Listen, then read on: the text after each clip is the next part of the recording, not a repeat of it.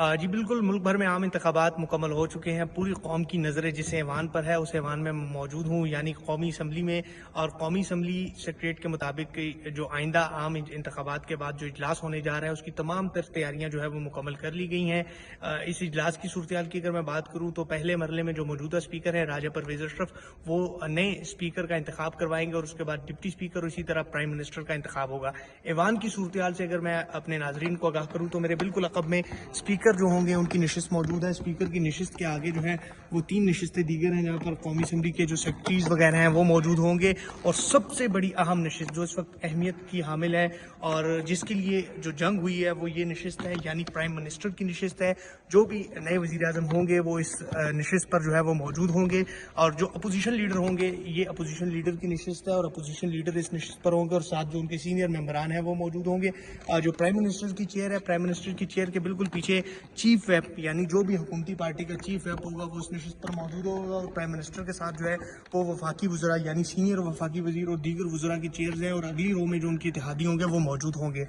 मेरे अक़ब में अगर देखें तो ये बिल्कुल प्राइम मिनिस्टर की लॉबी है। प्राइम मिनिस्टर के जो मेहमान होंगे उनके अहले खाना जब आएंगे वो इस गैलरी में मौजूद होंगे और उनके साथ जो है वो प्रेसिडेंट गैलरी है, सदर मुमलिकत, उनकी फैमिली या उनके जो मेहमान आते हैं वो इस गैलरी में मौजूद होते हैं।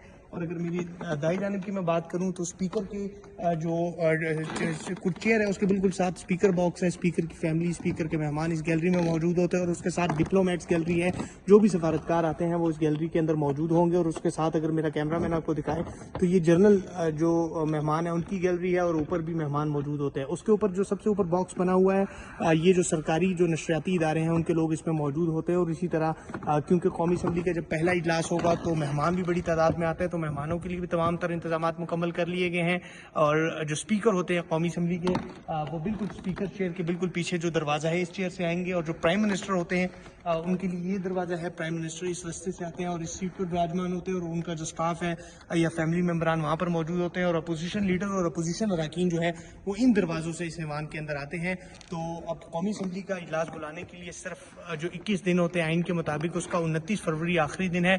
और हमारे ज़राए बताते हैं कि 27 या 28 फरवरी को कौमी असम्बली का इजलास बुलाया जा सकता है, जिसमें पहले मरले में स्पीकर का इंतखाब होगा। जी।